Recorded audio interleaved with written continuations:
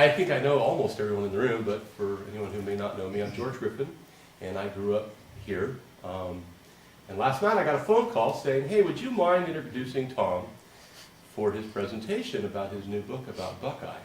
And I said, sure, for Tom, I'd be happy to do that. I met Tom Crisp in the fall of 1976 as a freshman in his Algebra 1 class. Tom arrived in Winters in 1974 and spent the better part of the next 4 decades coaching and teaching students at Winters High School. Tom began and ended as a math teacher, but also as a varsity boys basketball coach, JV boys baseball coach, later coached girls varsity basketball with a stint of middle school training in the interim, and frankly contributed to every other sport at Winters High School, both as a volunteer and also in the last few years of his career as the athletic director. I had the unique privilege of later being a colleague of Tom's for 14 years while we worked together at Winters High School. And it's funny because I had that experience with a few of the staff at that time. And when you reacquaint yourself with people that you knew as a young person, later as an adult, your perspective is, let's just say, greatly broadened. Tom, the geeky math teacher, basketball addict, sports addict, known for his, as students we thought, frugality. He was the tallest guy in the school with the smallest car. He drove a Toyota Corolla. I couldn't figure out how that worked. And anyway, and I later, as an adult, realized that that he was actually one of the most generous people that I've ever known, particularly with his time and talents. And I still would have never predicted him to become a historian. Nonetheless, Tom has been quite active in compiling both sports history and now community history for the last few years. Done a number of projects, works with the Yolo County Archives, as I'm sure most of you know. And he's now compiled this wonderful book about the people of Buckeye, which I hope you all got rest last night, because he's going to read to you this book this afternoon. Told me he'd leave out enough parts that it'd be worth buying, so, but I jest. Sincerely, it is my pleasure to introduce my former teacher, former colleague, and most importantly, my friend, Tom Crisp.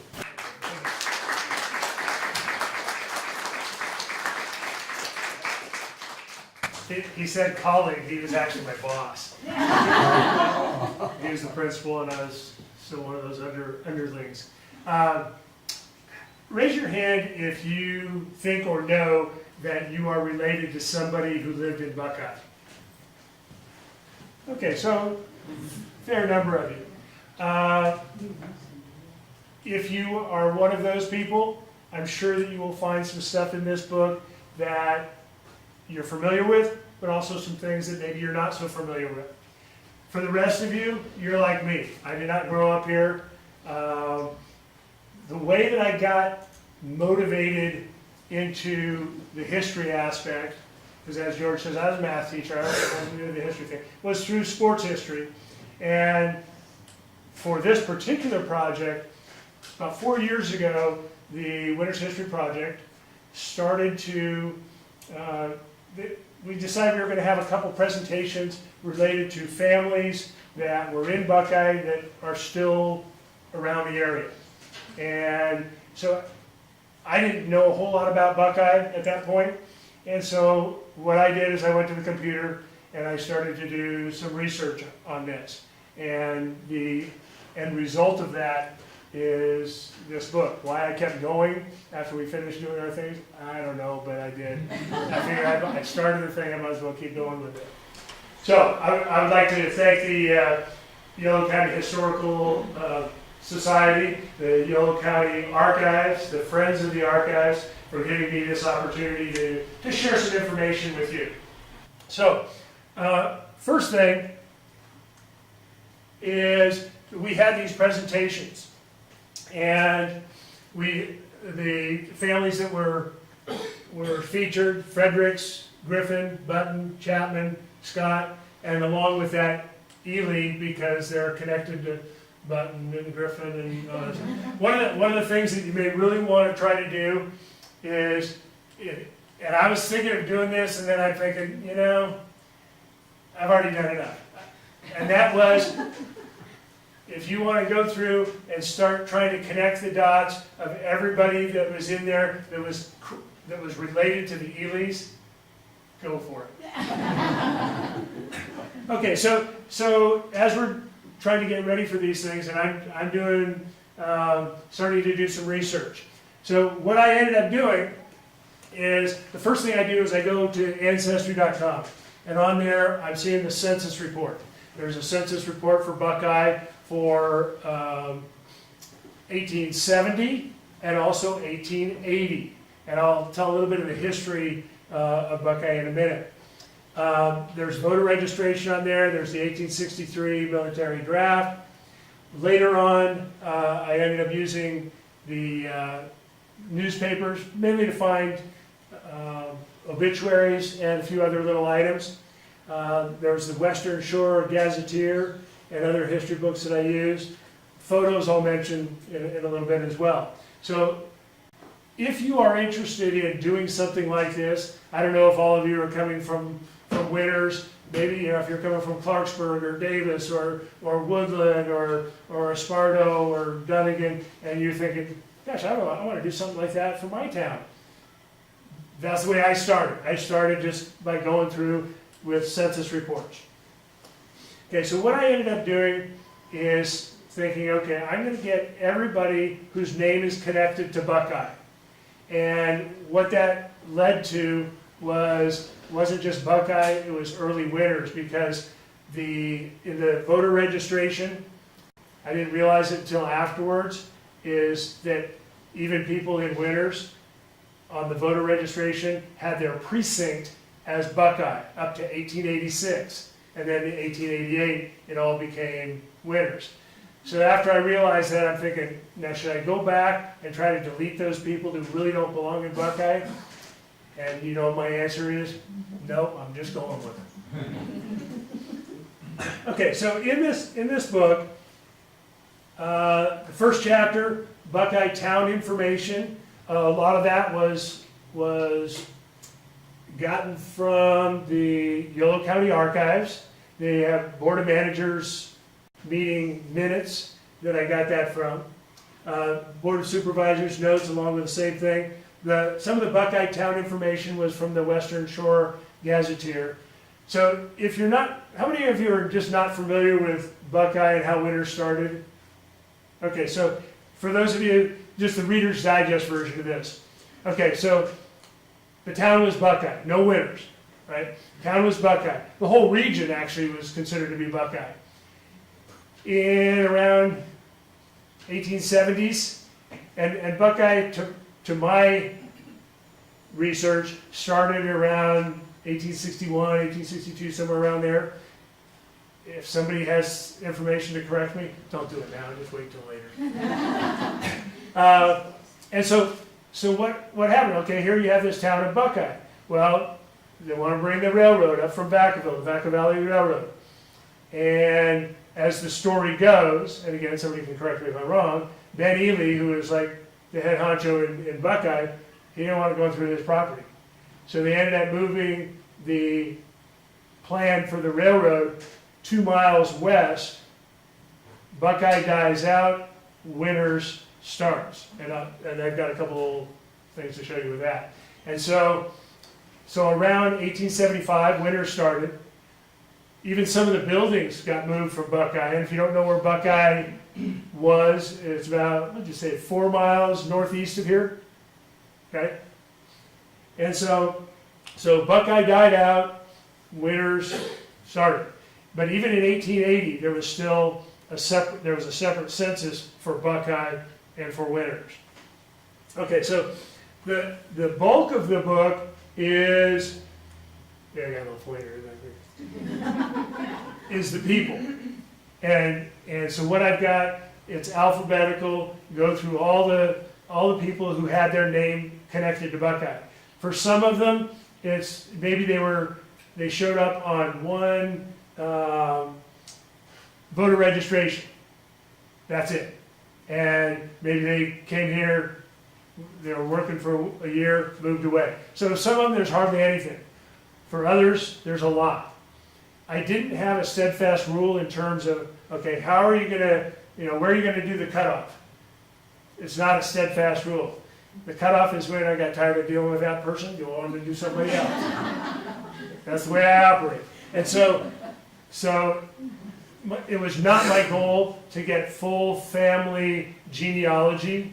So if you're expecting that, it's not gonna happen. So what I tried to do, maybe I went back a generation from the people from Buckeye, maybe forward a couple of generations. Just depends on how the winds move that day. Okay, and then, so the bulk of it is the people, and that's mostly what I'm going to show you today. I do have the 1863 Buckeye military draft. It was actually gleaned from the Yolo County military draft. I've got the 1870 census, the 1870 Buckeye products of industry, the agricultural census, 1880 Buckeye census, the profiles and the profiles would indicate what country or state these people came from. A ton of them were from Missouri, but a bunch of other places as well. And then finishing up with the Pacific Coast Business Directory from 1876 to 1878. Okay, so this is the establishment of the town of Buckeye. And again, I'm not going to read the whole thing. This part is actually a scan from the Board of Supervisors minutes. They talk about the location, between sections 9 and 16 in township, range 1 east, that's right. And I start reading that and go, okay, on to the next one. But it's going to be designated as the Buckeye Township. So there's the start of that. And then, again, this is all in the book. Okay, so here's from the 1875 Sacramento Daily Union. Again, I'm not going to read the whole thing. I do want to mention a couple things. Stevenson, A.M. and G. Stevenson, builders of the extension of the railroad. I think Stevenson's Bridge is named after them. Blum, Sons and Company is something that I'll come up to in a little bit. So, it talks about the auction sale of lots, et cetera, et cetera. This is in the book, so I'm not going to sit there and, is anybody trying to read that? Trying to read it? Okay, you can read it. This is one of my favorites right here. This is from the 1875 Los Angeles Herald. Rural village of Buckeye, Yolo County has been swallowed up by the more pretentious town of Winters. Local option reigns supreme at Buckeye, the saloons having all immigrated to Winters. Again, find all kinds of things online. Now, as I said, most of the book is the people. And so here's a typical entry. Green Morgan Dameron. And some of the names were easy to follow because they were a unique name. If it was like a Robert Smith, it's like, okay, so how am I going to sort this out with all the 40 million other Robert Smiths there are? So some of them are fairly easy. His name showed up in the 1870 Western Shore Gazetteer. This is the information of him. And so then going on Ancestry.com, I find, and looking at the census reports and so on, I find his wife, I find out when they're married, the children. If it's in parentheses here, that's a married name. Did I do that for everybody? No. If there's two names, Charles Felix, that's not his last name, that's his middle name. So it's Charles Felix Dameron. Trying to find out when they were born, when they died. If there was something that I could find for an obituary, I did that. Here's the listing for Green Morgan Dameron from the voter registrations of where he was and what he was doing and how tall he was. I was finding eye color and hair color, and I think, nah, that's a little bit too much. This picture is actually one that I bought on eBay. I just happened to, I started doing search on stuff, and so I bought this picture of Green Morgan Dameron. One of those names that, there's a bunch of them that are really just, that was a great name. It's like, if you had a kid, Green Morgan Dameron. Now, along with him, as you look in the book, you will find information, maybe an article or two related to something that was happening to their family, and obituaries. Some of the obituaries are in scanned condition. Some of them have been reprinted, like I typed it. Out of this whole book, I wrote like less than 1% of it. Less than 1% I actually wrote. I typed a heck of a lot of it. So on some of the scans for the obituaries, they just weren't readable, and so I figured, okay, I'm going to save these people some time and effort. I'm going to type it out. There are a lot of other ones that have not been retyped. Part of that is because I thought they were good enough for someone to read it. The other part is that they were so long I didn't want to type them. I'm not a great typist. Okay, so here's, I don't know if you noticed it, but there's a lot of squirrels around here now. Okay, so this is the guy I'm blaming. I don't know if it's the same type of squirrel or not. So this is from 1885. J. DeVilbiss of Winters has imported from Missouri a lot of squirrels and turned them loose on his place. He gives warning in the Winters Express to all not to trap or shoot any of them. So now we are where we are today. Now, in terms of pictures, some of the pictures are pictures that I was able to get from, like some of you, like Griffin and Graf McMahon and so on. Some of them are from Ancestry.com. People put their family histories on there, and so there's some of these pictures that I got from there. Now, as I was going through, I'm thinking, it's on Ancestry.com, it's for the whole world to see. I can use them, no problem. There's no legal problems or anything like that. So I made the mistake of asking Heather, the new archivist, is it okay to use those?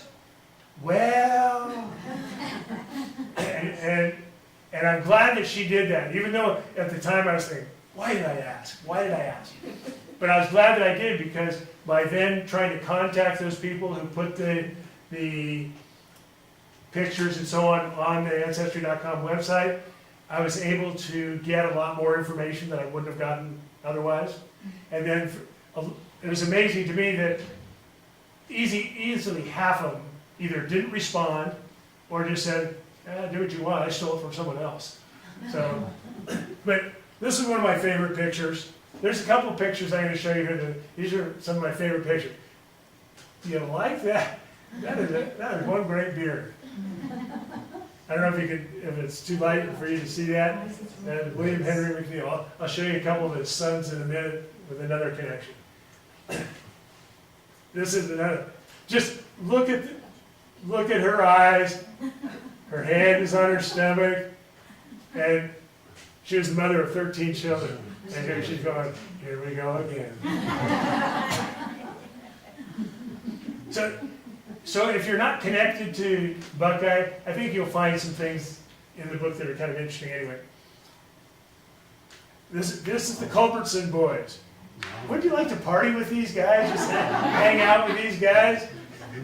They just look like they would be a fun group of guys to hang out with. Now, notice on the bottom it says retrieve from Ancestry.com. That's I can't find, the person never responded or whatever. I didn't use anything that somebody said, no, don't use it. I wasn't going to do that. But if I never heard a response, and I really like the picture like this one, I was going to use it anyway. Oh. Yeah. You're not going to report me, are you? Okay. Yeah, some of the people from Buckeye. Thomas Hart Hyatt, very influential as he was the editor of the California Rural Home Journal. He was a viticulturist. As a matter of fact, I found they do reprints of some of these books. The Hyatt's Handbook of Grape Culture. So, you know, if you're interested in something like that, you can still find information from these people. Then there's another one. This is Arthur Walbridge North. I think I have a thing connected to him in a little bit. Okay, so there's a lot of famous people. At least in my mind, I was surprised to find these renowned people had their start at Buckeye. If you're from Davis, Russell, Covell, or is it Covell? Koval. Koval, okay. Koval? We all say Covell and Davis, we don't know any better. They started in Buckeye. G. Howard Hodge, he was a famous hat designer.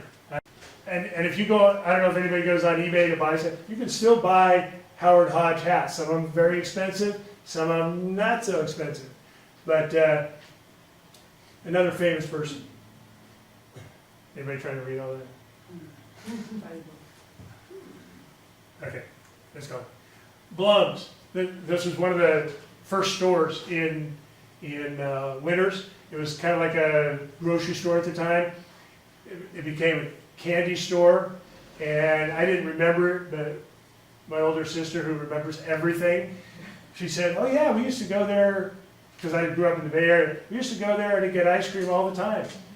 Blum's still exists. It got bought up by some chocolatier or something back in New York, and but you can still, there's a couple little brands that are labeled Blum's. So Simon Blum started off in Buckeye.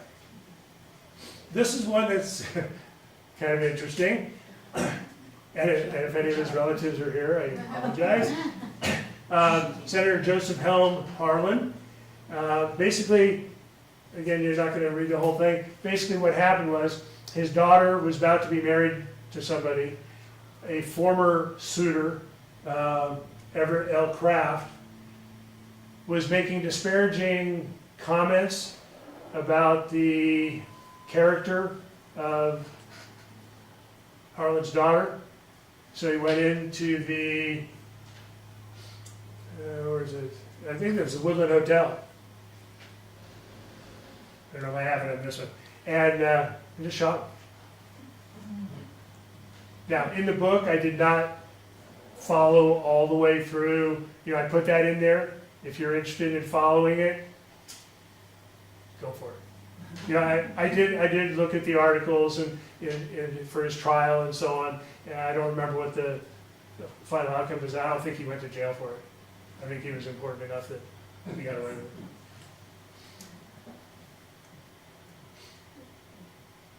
Briggs family, very prominent in this area. Sadie Briggs Cook. Now, those of you who know me know that I also do baseball research. As a matter of fact, I brought, in addition to this book, I brought the first book that I wrote on 1915 semi-pro league that Winters had a team in and Woodland had a team in. So every time I deal with my baseball guys over in Sacramento, I always have a Winters connection. It's like, oh yeah, that guy, like the guy who was the groundskeeper at Edmonds Field over in Sacramento for the Sacramento Salons, Horace Smith. He was from Winters. So every time I go over there, I have a Winters connection. Every time I deal with our history group and we're dealing with Winters stuff, I have a baseball connection. So Sadie Briggs married John Cook, who was an Alameda County clerk and was a co-worker with J. Cal Ewing, also the son of another Buckeye resident, Selena Catherine Ish. he became the owner of the Oakland Oaks. Actually, Ewing became he was the commissioner of the Pacific Coast League.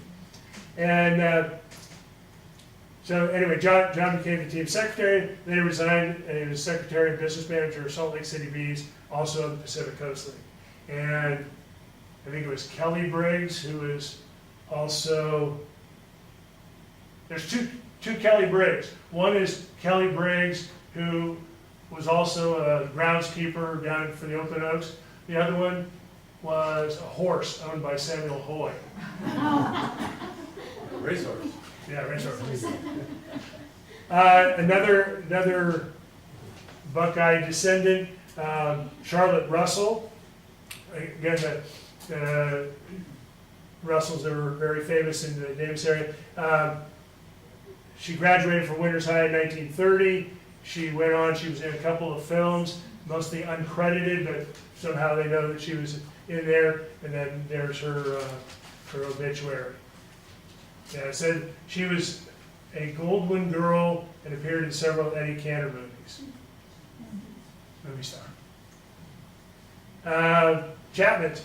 This marriage certificate, this was one of the items that they have at the Yolo County Archives.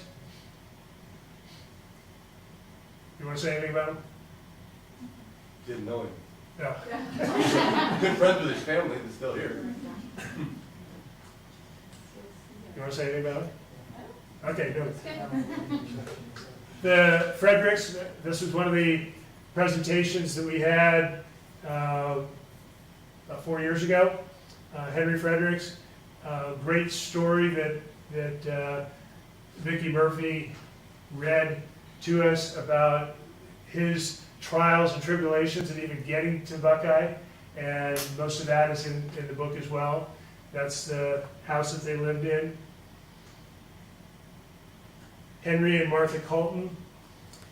That guy married and buried practically everybody in Winters for probably 40 years.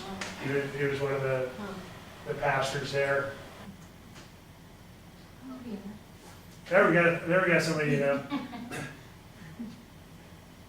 There's the marriage certificate. I don't remember if I got that marriage certificate from you or from the archives. Probably from the archives. Okay, I gave you credit for it both. Thank you.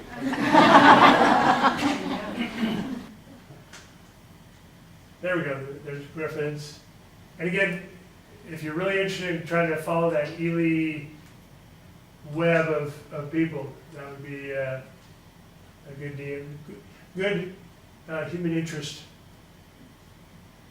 research for you, not for me. Any comment on those? Good looking bunch. This one, Benjamin Asa Longris. As you can tell, he's an African American. There were a handful of African Americans in this area. Benjamin Longris had been a slave for the Briggs family. Was brought out here, given his own property. His son, another baseball connection, his son played baseball at Woodland High, graduated in 1905 or 06. Excellent pitcher. He's also,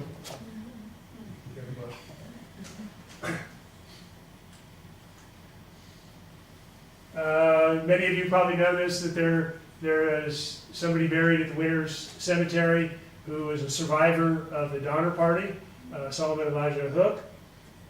He was in the Buckeye area as well. So there were several people that had inventions. Okay, you know, farmers are very resourceful people. If they don't have something, they make it. Okay, so here, Elias Ireland. When I saw that picture, I thought, he's doing a hula hoop or something, and they shot? But no, that's just wood. So he invented an adjustable truck, I guess for moving it up and down for dried fruit. Another one, Harry Lytle, did a dredge. Picture's not real good on that one. This one kind of surprised me because I think I've used little things like this. This Andrew McClory, he invented this little safety snap hook. I think, oh, that's pretty cool. I don't know if the family gets any money for it because I'm sure they're still using it, but that was in 1897. Okay, so remember the guy with the little bushy beard down here? These are his sons, and I had to include this because that's baseball uniform. Fred and David, they called him Brick because he had red hair, but they played mostly for Woodland, but I think Fred did play a little bit for Winters. You can see a W down here, and I'm thinking that that's probably from Woodland, but who knows? There's Samuel Hoyt, the stock raiser. Before really much other sport was around here, even more important than baseball, which is for me hard to imagine, but horse racing was real big around here. Some of it was just, I guess, your regular horse racing, like the Preakness that's going to happen before we get home. And some of it was the, what do you call the? Salty curls. Salty curls. The little trotters and stuff that they have, Harness racing. Harness racing. But he was, and by the way, one of his sons, Will, played for the 1908 Sacramento Cordova's baseball team. Okay. Now this one, Thomas Jefferson Mize, was one that I included in here because this was one of the ones that I saw the picture in there. I'm thinking, yeah, it was a nice picture. I want to include that. Contacted the person who put the picture on the Ancestry.com website. Got back all kinds of information, a little like a diary entry that he had made, and so I got a little bit more for my money on that. He worked as a railroad agent. I was hoping I'd be able to find more information about the railroad, but that didn't come. But he later became an attorney in Vacaville and San Francisco. Here's another one. This is a little poem about the Valley of Capay. T.J. Richards was a teacher in the Buckeye and Winters area, and I don't know if you want to try to read that. I don't want to try to read it. Come with me where nature fair, treasure mother's fond despair. Through the seasons of the year, filling homes with joy and cheer, where the lights and shadows play, or the Valley of Capay. That's all I can read. Anyway, that whole thing is in the book. This is one of my favorite pictures, and it exists in a couple different places. These are the Wilson brothers, Frank and Alvin. I put Alice on there.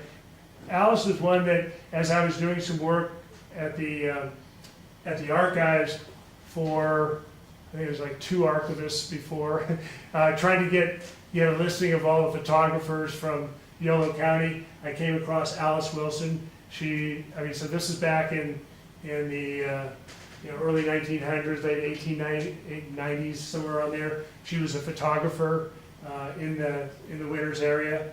Her brothers Frank and Alvin riding these bikes, and I think I had the information about one of their trips that they rode, like, can you imagine riding one of those things like over 200 miles, like down to San Jose and back? It's like, oh my gosh. They probably had to have a big pad underneath it. But. Do you know what that picture was taken? What house that is? I'm sorry, somebody's speaking. I Do you know can't. what house that is? I'm sorry. What house that is? I'm thinking, or I thought, somebody else may know, I was thinking that it was the house that the Bossies live in. I don't know if does that sound right? Main Street curves. Yeah.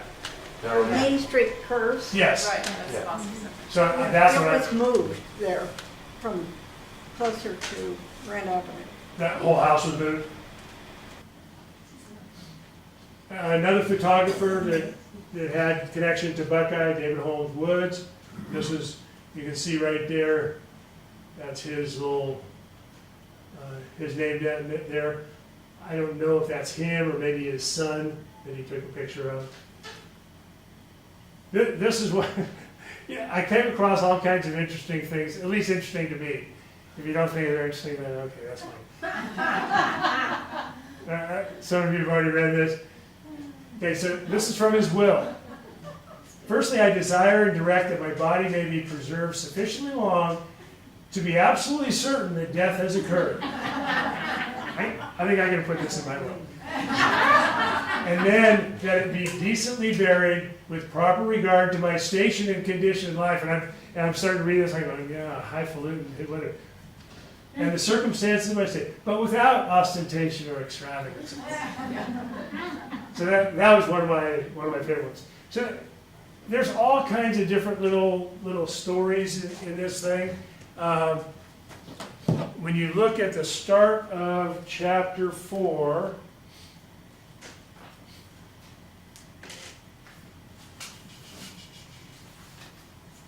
okay, chapter 4, the people of Buckeye, if you look at the start of that, what I did right here was I listed a bunch of the, like some of the different people.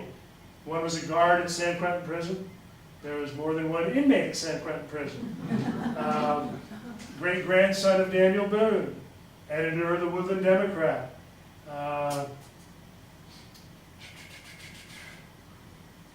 Publisher of the Winter's Express. Captured by the Federals at Gettysburg. Wife of a Winter's High Principal. Died after falling through the floor of the water closet. Some of you already knew that story. A cousin of George Washington. Yeah, and I could keep on going. But so I listed a whole bunch of things that it's like, okay, if you're starting to read this, you might be looking out for those. I didn't give an answer key. I didn't say, okay, find this on page such and such. Nah, you just got to read the thing. And here's a picture of the Buckeye Cemetery. And I don't think we even know, we don't know where that picture is, do we? That's at the museum. Oh, okay. And where was the, do we have a connection to where that cemetery, does it even exist still? Somewhere up on the Scott Ridge.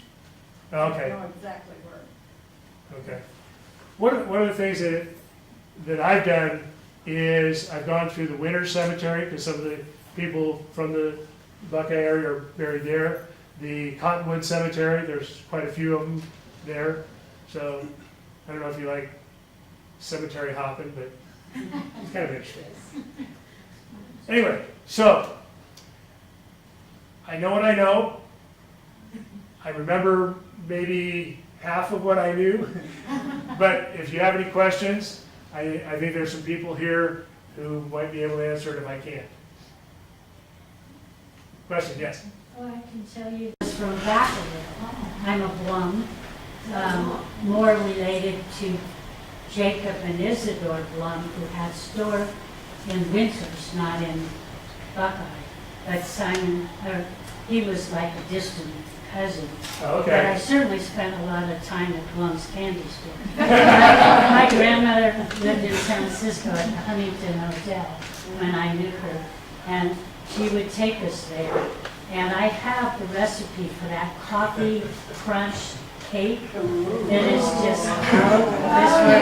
You got everybody drooling now. People know. It was actually published in the Chronicle once, and I captured it.